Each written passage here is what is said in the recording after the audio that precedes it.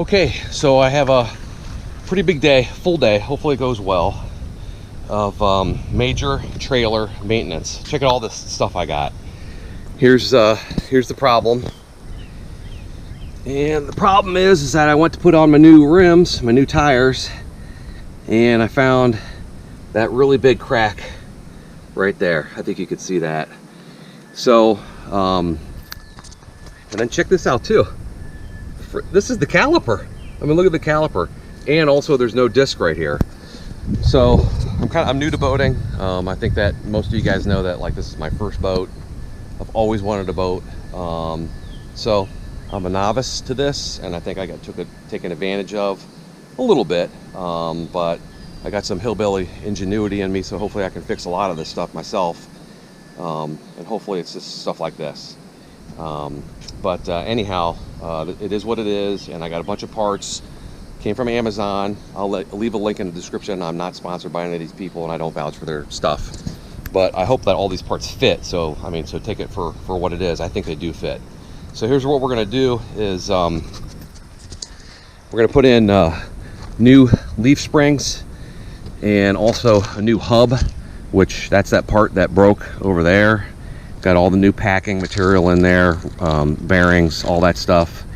Actually going to put in a new disc, and look how deep that is. See how deep that is? I mean, like, my whole hand goes in there, and that actually fits kind of like backwards on that area over there. So those holes will fit on those bolts. Got new calipers and new brake pads. Got a bleeding system. Pressure system to bleed out, because we're going to change that entire system out, that whole brake system. Got some brake line and all the accoutrements to all that stuff, and new brackets. My brackets are like the square. I don't know if you can see that on there. Mine's like the square style. Yours, you know, might be the round style or whatever. I don't know. I'll leave some links in the descriptions, but I took measurements and stuff before I bought all this stuff, and so that you know, keeps the axle connected to the leaf spring. So, and I got that leaf spring right there. You got to, like, do the right measurement from this point to this point, and then also the rise, and then also you got to do the calculation for the weight. So that leaf spring is calculated for this setup with a single axle trailer, you know, so you got to do all that, you know, calculations. So I'll leave a link in the description for that. I think those are like 1,800 pounds each, which will be sufficient for this boat. Okay, so, and then also I'm changing out this front assembly here, and this is a tie down 660. Look at this crap, man. Dude, that's powder in there. So that's not good. So this guy misled me, and he's going to answer for it. And so we got a new tie down 660 system going in. I mean, like, has a new connection thing here. I mean, like, look, this one was broken off on his. I mean, it's ridiculous, you know. So it's going to be the same for the other side of the boat too. This side had some signs of whatever, you know, wear a little bit, but I got the new tire on there, which looks real nice. And then this one actually has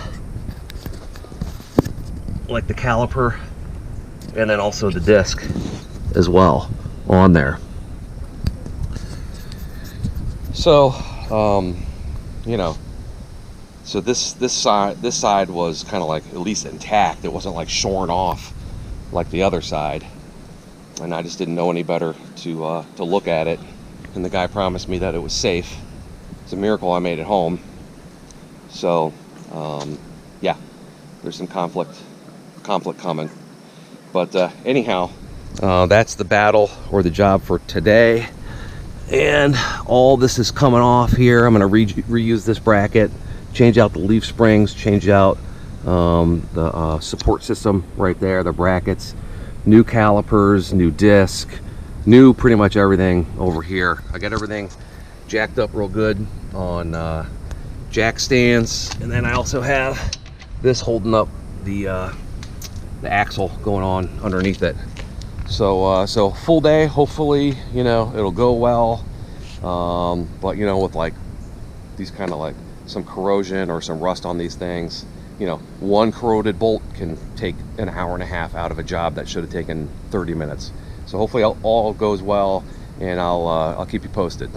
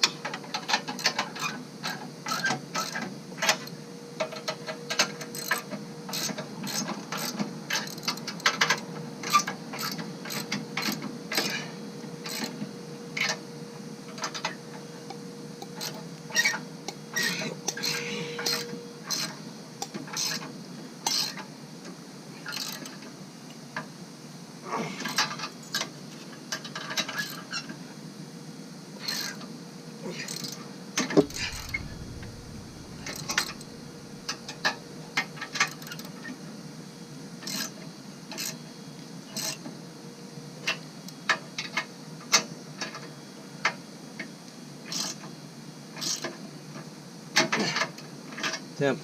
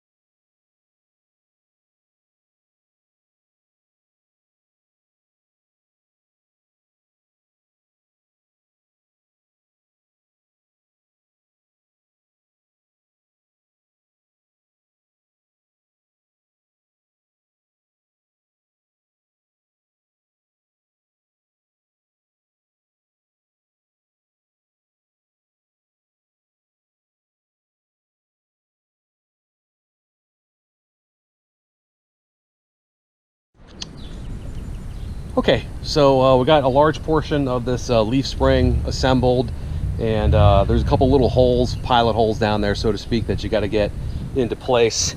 And that hole is like right up in there, and then there's a corresponding hole from the top of the leaf spring into the bottom of the axle. So I hope that makes sense. And real quick, I'll show you what that is on the other side. So this is the bottom plate of the anchors, so to speak, and then there's the holes that you got to get in there. So like this bottom plate, you know, goes in that hole, and then this hole right here on the leaf spring corresponds with a female hole in the actual axle. So I got all that in there nice and snug, and I actually had to use kind of like, you know, some zip ties to kind of like hold this plate up there.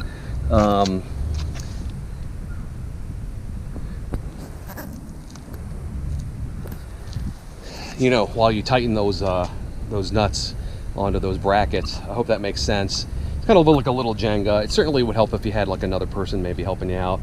But then you run into a little problem where, you know, you put like this one in the back or the front, or then this one.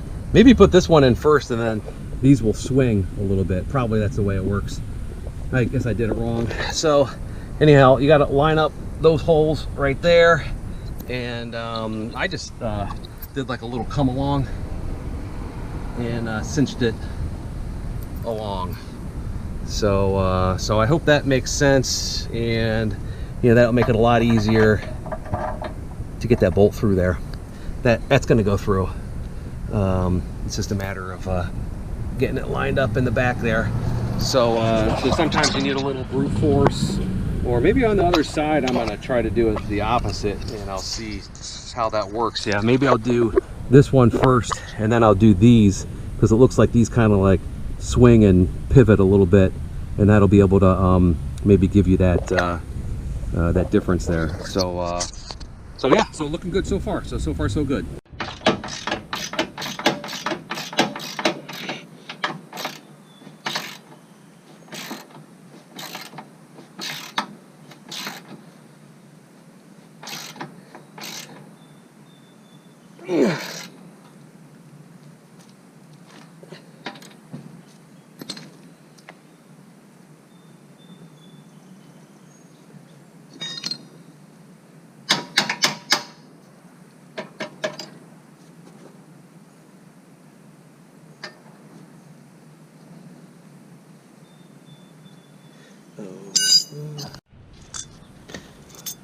Maybe it's not. I don't know. I don't know. Would you rather have a Lamborghini or a Ferrari? Huh? Lamborghini or Ferrari?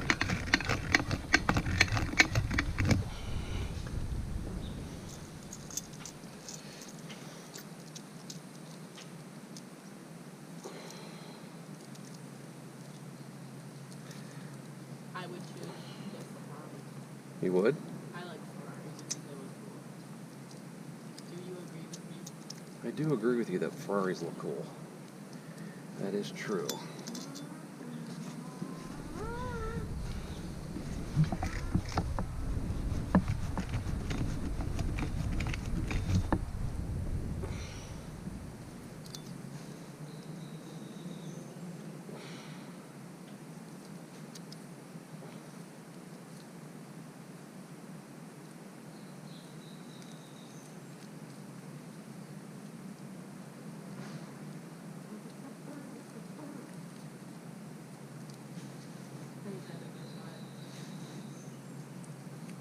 What?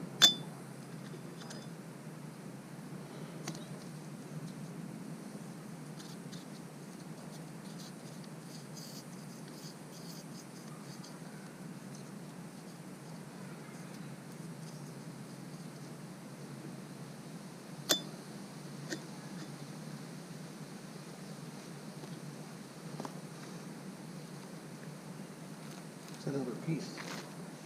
You're missing a piece? No, not really.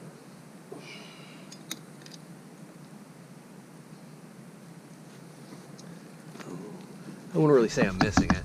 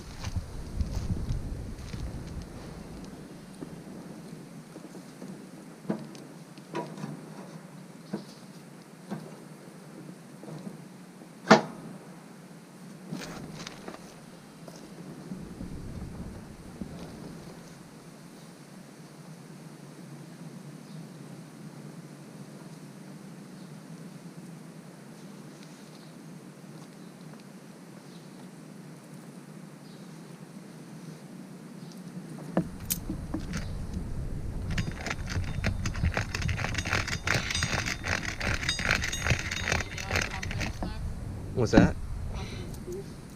Yeah.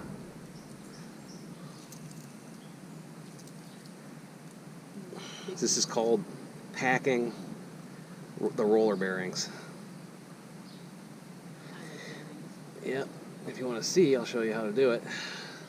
Okay. It's kind of messy. So you get your grease. Come over here.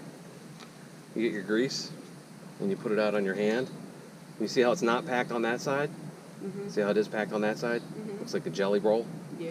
So what you do is you kind of like You sludge it in there, and you just keep on doing that. You go around in a circle, and it'll get in there. You hear me?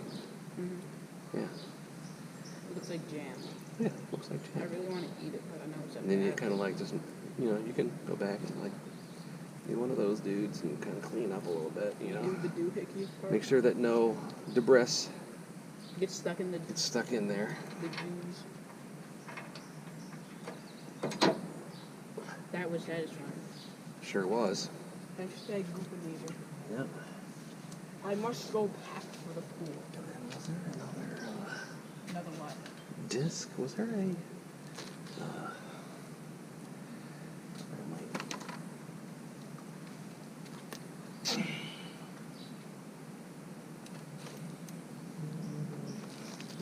not. I'm gonna go pack for the pool. Okay. So I gotta go. Okay. Bye. Okay, later, Tater. Have fun with your boat. Thanks. Thanks.